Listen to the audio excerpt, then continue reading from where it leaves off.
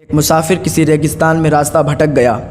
نہ تو اس کے پاس کھانا موجود تھا، نہ تو پانی تھا۔ جنگل میں بھٹکتا رہا، ادھر ادھر گھومتا رہا، کھانا اور پانی تلاش کرتا رہا، لیکن نہ تو کھانا ملا نہ تو پانی ملا، اور یہ چیزیں نہ ملنے کی وجہ سے اس کی جان نکل گئی، وہ مر گیا۔ کچھ دنوں کے بعد ادھر سے کچھ لوگ گزرے تو انہوں نے دیکھا کہ ایک لاش پڑی ہے، اس کے قریب میں کچھ پیسے بھی رکھے ہوئے ہیں، اور ایک جگہ پر لکھا ہوا ہے کہ پیسوں سے پیٹ نہیں بھرتا۔ اور یہ بات حقیقت ہے، اگر آپ کتنے بھی امیر ہیں، اگر آپ کہیں راستہ بھٹک گئے اور آپ کے پاس پیسے ہیں تو آپ پیسے تو کھائیں گے نہیں، کیونکہ کھانا اور پانی کی ضرورت ہوتی ہے، تو ظاہر سی بات ہے کہ پیسوں سے پیٹ نہیں بھرتا۔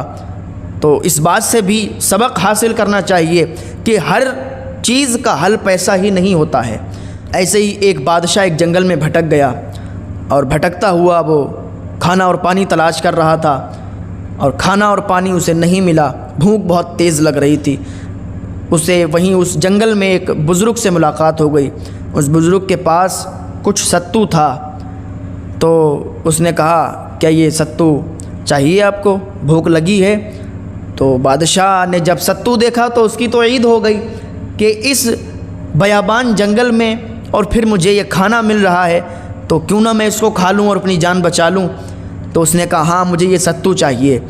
تو اس بوڑھے شخص نے کہا کہ اگر تمہیں ستو چاہیے تو تم آدھی سلطنت مجھے دے دو، اپنی آدھی بادشاہت مجھے دے دو۔ اگر آدھی بادشاہت دیتے ہو تب تو سودا پکا ہے اور ستو تمہارا۔ تو بادشاہ نے کہا تمہیں معلوم نہیں ہے میں کئی ملکوں کا بادشاہ ہوں۔ تو اس بوڑھے شخص نے کہا تبھی تو آدھی سلطنت مانگی ہے جنگل میں، ورنہ جان گوا دو، مر جاؤ۔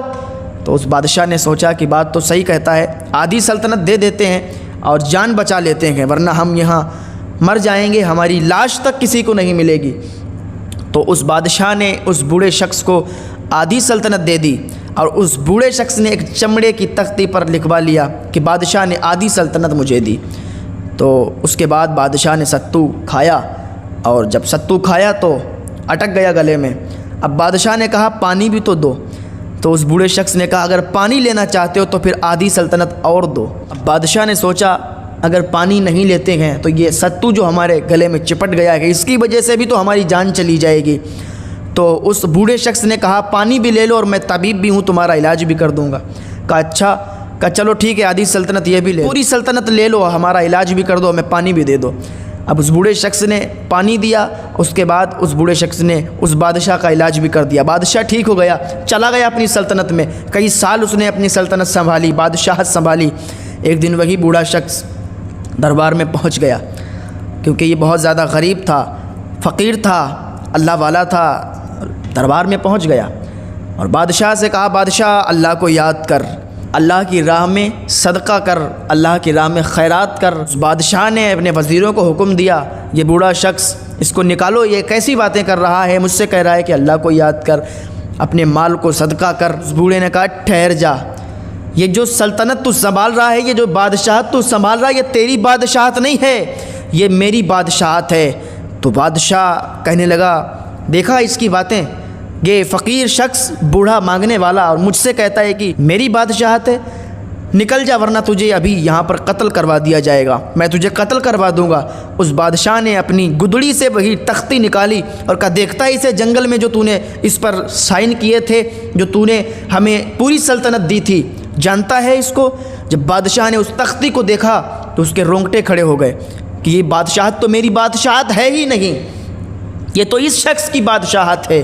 اور سارے لوگ، سارے وزیر، سارے لوگ وہاں پر دیکھ رہے تھے، کیونکہ بادشاہ نے لکھ کر دیا تھا، اور جو چیز بادشاہ یا کوئی بھی لکھ کر دے دیتا تھا تو اس پر اٹل رہتا تھا۔ تو بادشاہ نے دیکھا تو تخت سے نیچے اتر گیا۔ اس بادشاہ نے جب اتنی بات سنی اس بوڑھے شخص کی تو فوراً اللہ کی بارگاہ میں توبہ کرتا ہے، اور اسی دن سے وہ بادشاہت بھی چھوڑ دیتا ہے اور جنگلوں کی طرف نکل جاتا ہے۔ کہنے کا مقصد یہ ہے کہ اللہ کی بارگاہ میں اگر ایک بار تم سچے دل سے توبہ کرو گے تو اللہ تعالیٰ تمہاری توبہ کو قبول فرمائے گا۔ بس فقط سچے دل سے توبہ کرو، ایسی توبہ کرو کہ اس کے بعد پھر وہ گناہ نہ کرو، تو اللہ کی بارگاہ میں تمہاری توبہ مقبول ہے۔ اللہ فرماتا ہے اے میرے بندے آ، میں توبہ قبول کرنے والا ہوں، میں تیری توبہ قبول فرماؤں گا۔ ایک بار مجھ سے کہہ کے تو دیکھ، اللہ کو اگر ایک بار آپ کہتے ہو یا اللہ، تو اللہ تعالیٰ 70 مرتبہ پکارتا ہے میرے بندے بتا کیا کام ہے۔ تو اللہ تعالیٰ تو ہم لوگوں پر اتنا مہربان ہے، تو ہم لوگوں کو بھی چاہیے کہ اس رب کی عبادت کریں، اس رب نے جس کام کے لیے ہمیں بھیجا ہے وہ کام کریں۔ تو اللہ کی بارگاہ میں دعا ہے کہ اللہ تعالی ہم سب کو زیادہ سے زیادہ عبادت کرنے کی توفیق عطا فرمائے، نماز پنجگانہ جماعت پڑھنے کی توفیق عطا فرمائے، نیک عمل کرنے کی توفیق عطا فرمائے۔